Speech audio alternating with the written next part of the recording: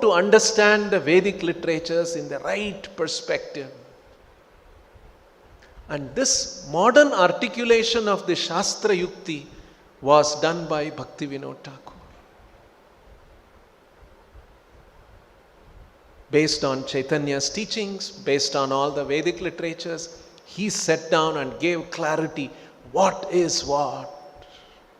It is there in the Vedic literatures. Like for example, in the Bhagavad-gita, Krishna says, Vedaischa sarvair aham eva vedyaha. From all the Vedas, I am to be known. Such a clear statement it is, but still people miss out. There are many sadhus, many gurus, they are speaking different things, but they are missing this point.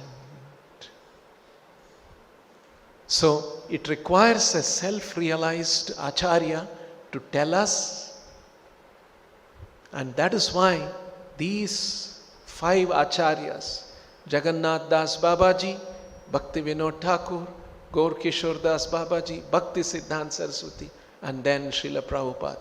All those 4 predecessor acharyas prepared the ground, and Srila Prabhupada expressed it very clearly in English and took it all over the world. That was a final touch given by Srila Prabhupada, prepared by the previous acharyas, in harmony with the original desire of Chaitanya Mahaprabhu, that this knowledge should be appreciated, understood by people all over the world, even in the midst of Kali Yuga. In other words, Prabhupada's coming, Prabhupada doing all these things, it's part of a cosmic plan of the Lord. Not a small thing. Very special. So we should constantly reflect on our position, how we have come in touch with this philosophy, this understanding, which many big scholars, they are all missing out. So we are greatly fortunate. That's why finally the Shastra Chaitanya Mahaprabhu says, Brahmanda Brahmite Kono Bhagyavan Jeev Guru Krishna Prasade Paya Bhakti Lata Beej.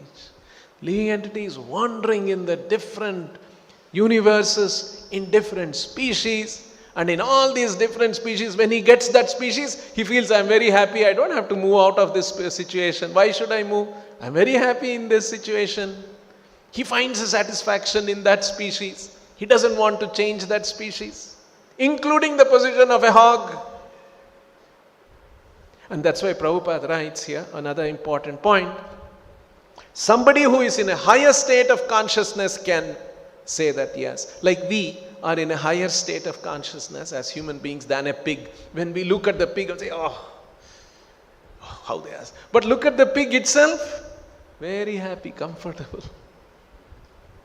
In the same way, when a person who is elevated in spiritual consciousness looks at the human society and says, how they are suffering.